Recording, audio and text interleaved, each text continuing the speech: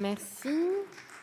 La parole est à madame Laurence Cohen pour le groupe communiste, républicain, citoyen et écologiste et pour 5 minutes, chers collègues.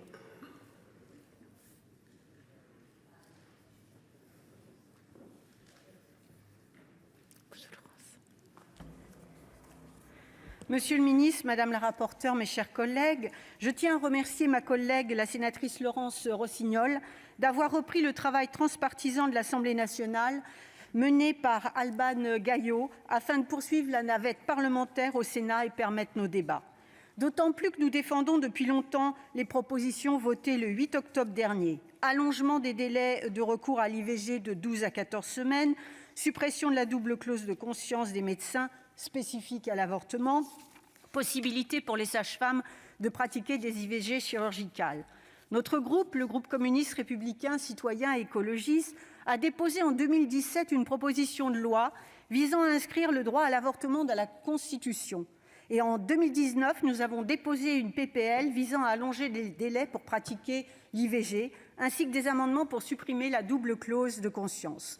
C'est donc tout naturellement que nous soutenons cette PPL qui s'inscrit dans la continuité de la lutte des femmes pour maîtriser leur fécondité, condition essentielle de leur émancipation.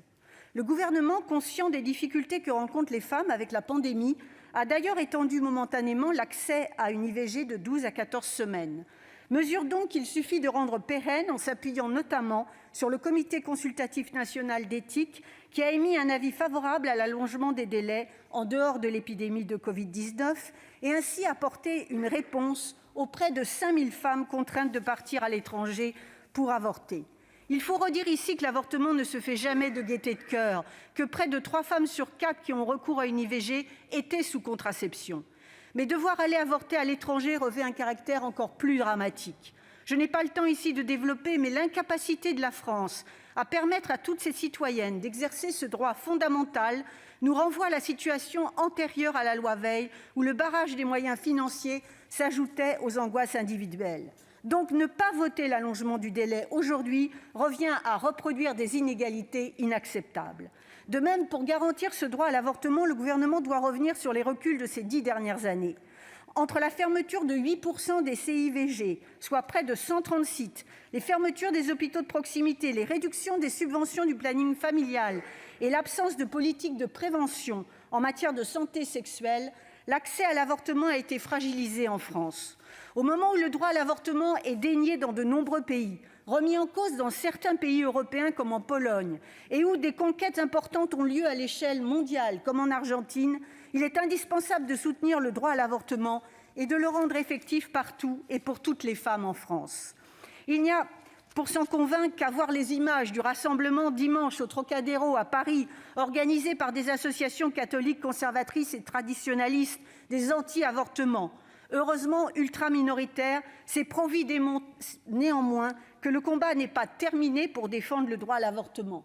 La motion déposée par la droite sénatoriale pour ne pas débattre de cette question entre, hélas, en écho avec ces anti-IVG. Nous voterons contre cette motion, faut-il le préciser ici. À l'inverse, que ce soit pour conquérir le droit ou pour l'améliorer, il a fallu des mobilisations constantes des femmes, des mouvements féministes. Je pense notamment dans les années 70 au courage des signataires de l'appel des 343, à l'engagement sans faille de Simone Veil ou encore à l'opiniâtreté de l'avocate Gisèle Halimi. Rappelons-nous quelques dates essentielles, mes chers collègues.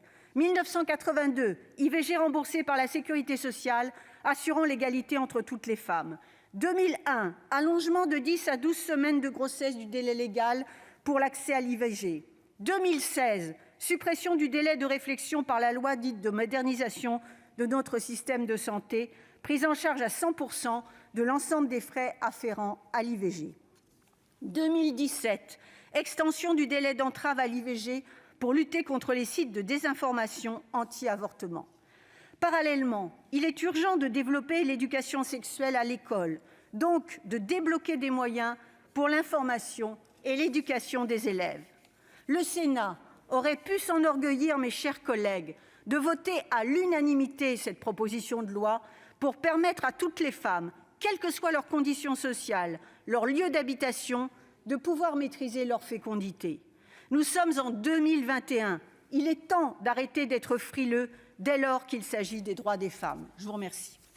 Merci. La parole est à